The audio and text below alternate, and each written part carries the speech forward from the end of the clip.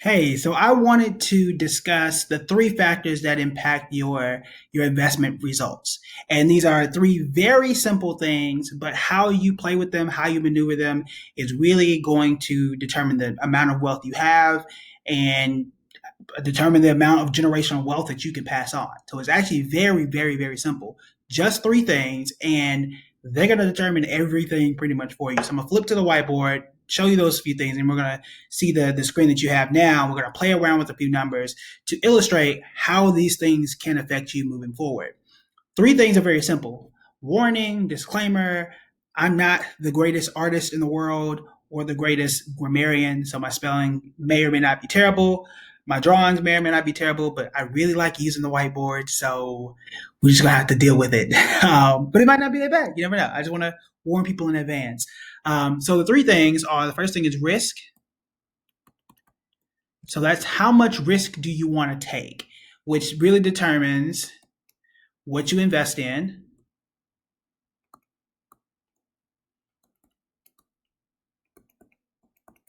and that's going to determine ultimately the interest rate. So, and you want to follow that progression and not the other way around. Some people say, "Oh, I want to make the most money and then just invest in whatever that thing is." Not the best way to go. What you want to do is say, "Who am I as an investor, and who am I as a person when it comes to making or losing money?" If I'm somebody that does not want to take a whole lot of risk, then I need to choose investments that are not a whole lot risky, and that's going to give you a certain percentage gain.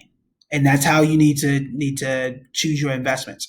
One example, we know an AT&T and a Verizon, solid companies, they're going to be around, they pay dividends, all that stuff is fine. It is not going to grow like an Amazon, like a Tesla, like a Google. That doesn't make either one of those stocks bad, but either you're going to invest in all of them and accept the risks that come with it, or you're going to say, I'm more aggressive, I'm going to go with the Amazons and the Googles, or I'm going to be more conservative, I'm going to go with the AT&T and T and Verizons. You have to choose that based on your risk. That's not something I can answer for you. Just know that when it comes to stocks, when it comes to mutual funds, each flavor, if you will, needs to match with who you are. So that's one thing you want to be aware of. The next one is time.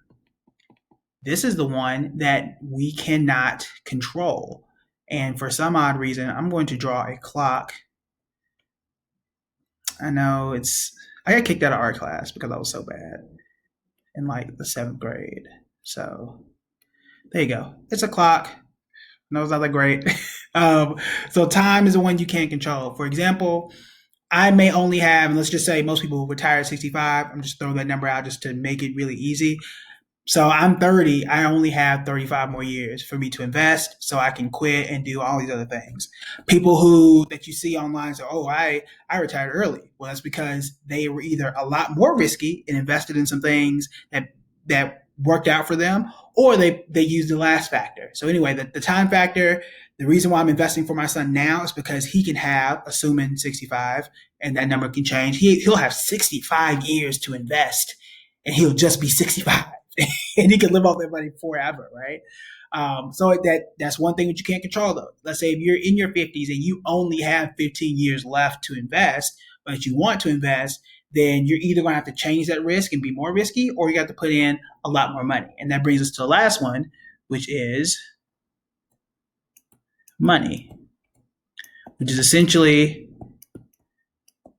how much you can invest. So how much can you put in? These are the three factors.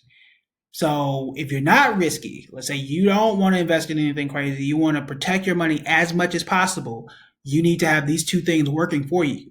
Either you have to put in a lot more money or have a lot more time. If you want to be aggressive, you don't need as much time because you're really aggressive, and you might not need as much money because you're not that aggressive. So all these things balance, and all these things will give you vastly different results. So I want to illustrate that for you here. This is a time value of money calculator. This is one from MSN Money. You can just Google it. There are tons of them. They all do the same things. They'll likely give you all pretty much the same answers. So we're going to start here, and I'm going to leave the monthly investment. That was factor number 3. We're going to leave that the same. inexpensive. That's $50 every 2 weeks, $50 every paycheck. And the average investor is going to get about 7%. You can get that from almost any little plain mutual fund, index fund. So that's like the bar. That to me, if 7% is average, then anything above that is kind of a bit more aggressive, and then anything below that is I'm being more conservative. So let's leave this here. Present value is how much money you have today. We're going to put in 0 just to keep everything even. And I'm going to change this first to 30 years. So let's just say if this is my son, all right, he's going to have, we're going to give him 30 years. Actually, no, we'll do this. He's really going to have 60 years, right? By the time when he's 60, he'll have 30 years to get to my age, and then when he's 60, how is this going to affect us, right? $100 a month, 7%, very easy. It's going to compound for us for 60 years. That's $1.1 million for him. Because I started not at 30, not at 50, I started at age 0 and left it alone for 60 years. That's $1 million. That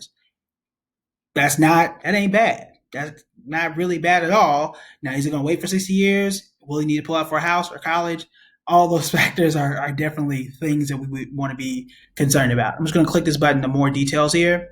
So you would have invested 72,000 and you've got $1 million in interest by yourself. So that's really great, but that is having the most time possible. That's not always realistic for some people. It's realistic for my son because I started at age 0, but it wasn't realistic for me. My parents didn't know about the investing space. So that's something I have to really learn. So let's say it's me and I may only have, let's just say 30 years. I'm doing the exact same thing, same 7%, same $1,000. I'm only going to have 121,000. That's probably not going to cut it for me to create generational wealth or to live off on me and my wife for the rest of my life. So I need to choose what I need to do with that. That probably means for me, if I don't want to be more risky, I don't want to get more than 7%, maybe I need to put in, maybe it's $1,000 a month now. And this can be, let's say I'm 5% for myself and my company is matching another 5%. Or I'm just putting in $1,000 a month in a Roth IRA. Or you can't do it in a Roth IRA because there is an income limit. So let's just say a separate investing account and you're putting it in that way. That's 1.2 million. So I can still be a millionaire. My time is not up. I can still be a millionaire, but I have to put in way more than my son would in less time.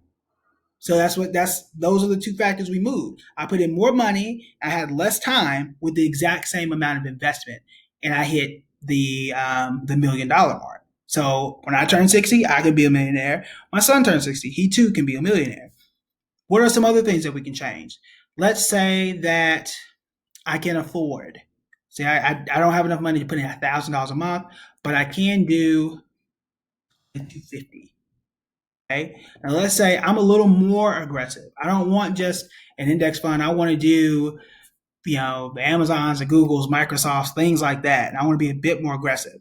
Now, realistically, I wouldn't put in more than like maybe 10%, 15 is really unrealistic because then you take on a whole lot of risk. It happens, but let's keep it within the realm of possibility. Okay. So let's 10%, that's aggressive. So let's leave it there. I'm putting that in monthly, still 30 years, and I get a little over $500,000. And I would have put in 90,000 and gotten 475,000 in interest. Again, that's not bad. That's not bad at all. But you can see how being more aggressive and contributing less money in the same time frame gives me two different results. These are things that you want to see. These are things that you want to kind of play with or haggle with or what have you. So if I do this, it should give me close to $1 million. So instead of, let's say I don't have $1,000 to invest right now. I only got 30 years until I'm 60. How do I become a millionaire? Well, you may have to be more aggressive. And there we go, 1.1 million by putting in not 250, not 1,000, but I met right in the middle at 500. That can get me there if I'm okay putting my money in things that are more aggressive that can get me close to 10%. There are some stocks, again, like Amazon, you would have been way over this. So it depends on what you invest in, and you have to be comfortable with those highs and lows. So let's check this out. What if I'm still $500 a month, still 30 years. What if I'm risk averse? I don't want to risk my money like that. I don't really want to put too much money in stocks. I want to just not lose money at all ever. Okay, fine. Let's say you put in a savings account. You might get a savings account today at 2% interest. What happens? Still $500, still 30 years. What would happen? Now you're at 246,000. I mean, that's a decent number, but when you're again in my situation, I'm 30 now. If I'm 60, how long is 246 going to last me? When I'm talking about healthcare and any other expenses that might be out there, it's a decent sum, but again, that's what you want to concern yourself with. And notice how these numbers are flipped. The first time we had the investment number was low and the interest was huge. Now it's flipped. Where I put in 180,000, I'm only making 66,000. That's just by putting it in a savings account. This is why I always say that your savings isn't going to get you there when it comes to retirement, when it comes to building generational wealth. Can it build wealth? Yes. Generational wealth? Not so much. That's less than 250. When you're talking about year over year over year, that's not going to last you long. It's hard to live off of $25,000 a year. And in this case, you wouldn't last 10 years. So you got to pick. You got to pick and choose. Now, let's say that you want to go back to average. Let's say you don't have that much time. Let's say you started late, as some people say. I don't like saying that because you start when you start. So let's say you are in your 50s and you're going to retire or you want to retire rather in your 60s. So you're 50 now, you want to retire at 60. You're still only putting in $500 a month, the same that I was putting in earlier, and you still want to be average. You're only going to have 86,000. Now, you don't have that much time. What are some things we can change? You either going to have to be a lot more aggressive, which you may or may not want to do at that age, or you have to put in a lot more money. So now let's change this to, let's say $1,500. Let's say your mortgage is paid off, student loan debt is paid off, because that's what you wanted to do earlier in life or whatever. You do $1,500, that gets you to $259. That's better. It's not. I mean, it's actually pretty good, but it's not going to be the end all be all. This is what you have to play with when you don't start early or when you're starting later because you had some things happen, and that's okay. But these are the things you have to think about. What are the things you can change? Maybe you want to retire at 60, and perhaps we need to change some things. Perhaps you can push it out another 5 years or so. What happens there? Okay, now you have 475. You're close to $500,000 by investing more and staying in the market just a bit more. You're working 5 more years. These are things that you have to consider. So it's how much are you investing? How aggressive do you want to be? And how long do you have to invest the money? Another thing I want to show you. So let's go back to, let's say $1,000 a month. And let's say you only have 10 years. Let's change that. And that gives us to the 173. Only 10 years. You're putting 1,000 at this point. Now let's say you want to retire or do something in 10 years and you're putting 1,000 and you don't want to be aggressive and you say, well, look, I just want to, get something basic, and let's just say 4%. If you do that, you're down to 147. So these are the factors that there are no miracles out there, and not even the lottery is going to help you in these situations. And it's not a negative thing. It's these are the factors we're going to have to change. Even if, and I'm just going to throw a huge number out there, if you want to be conservative, you want to guarantee yourself that 4%, which is depending on what you invest in, that's something that's doable. If you want to hit that $1 million mark, you're going to have to put in a lot more money. I'm just typing in numbers here to kind of show you what that would look like. If you want to be conservative and you don't have that much time, it's going to cost you $7,000 a month. So again, these are the factors you need to play with. These are the factors that are going to determine how well of an investor you will be, how much wealth you can accumulate. It's going to be how much money are you putting in? How aggressive do you want to be? And how long do you have to invest? So I'm going here, changing this around. So again, in my son's situation, we're only investing about 100 or so. When he's 18, he can have $60,000 because he's more aggressive. The more aggressive you are, the less money you can put in. And that's pretty much how it works. I can't do that. If you're starting, let's say you aggressive is 10%, conservative is 4, that's half. That's almost half the money because you decided to be more conservative.